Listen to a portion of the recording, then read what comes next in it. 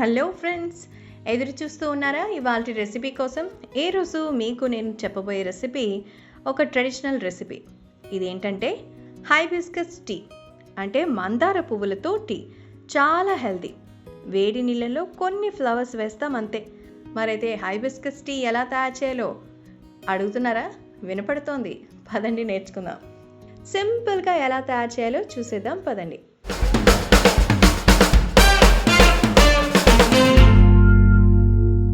దీనికోసం నాటు మందారాలు తీసుకోవాలి.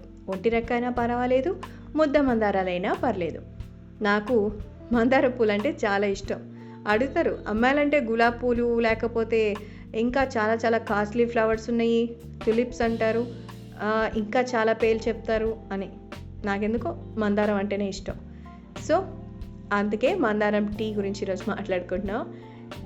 ఒంటి రెక్క మందారం తీసేసుకొని తొడిమలు, ఆ మొదట ఉన్న కాండ భాగాన్ని తీసేసేయాలి. మనకి రేఖలు మాత్రం సరిపోతుంది. సో ఇది మనం టీకి ఉపయోగించుకుంటున్నాం. సో ఎన్ని పువ్వులు దొరికితే అన్ని పువ్వులు తీసుకోండి. ఒక 6 మందార పువ్వులతో ఒక గ్లాసు మనం ఈజీగా పెట్టేసుకోవచ్చు. తీసుకున్నామా? ఇప్పుడు ఒక బౌల్లో వేసేసుకోండి పువ్వులు. ఎంత ఫ్రెష్గా, ఎంత మంచి కలర్తో, చూస్తూనే మనసు అలా ప్రశాంతంగా ఉంది కదా, బ్రైట్ కలర్. ఇప్పుడు మన టీకి కూడా ఆ బ్రైట్ కలర్ అనేది వచ్చేస్తుంది. వేడి వేడి నీళ్ళు, అంటే మనం ఎలాగైతే కాస్తామో నీళ్ళు బుడగలు వచ్చేలాగా, అలా వేడిగా నీళ్ళు కాసి అందులో పోయాలి. ఆ బౌల్లో పోసిన వెంటనే వితిన్ ఎ సెకండ్ నీళ్లు పడంగానే ఆ రెడ్ కలర్ అనేది నీళ్ళలోకి వచ్చేస్తుంది. పూలు ఇలా పాలిపోతాయి. సో మనకు కావాల్సిన మందారపు నీళ్ళు రెడీ అయిపోయాయి.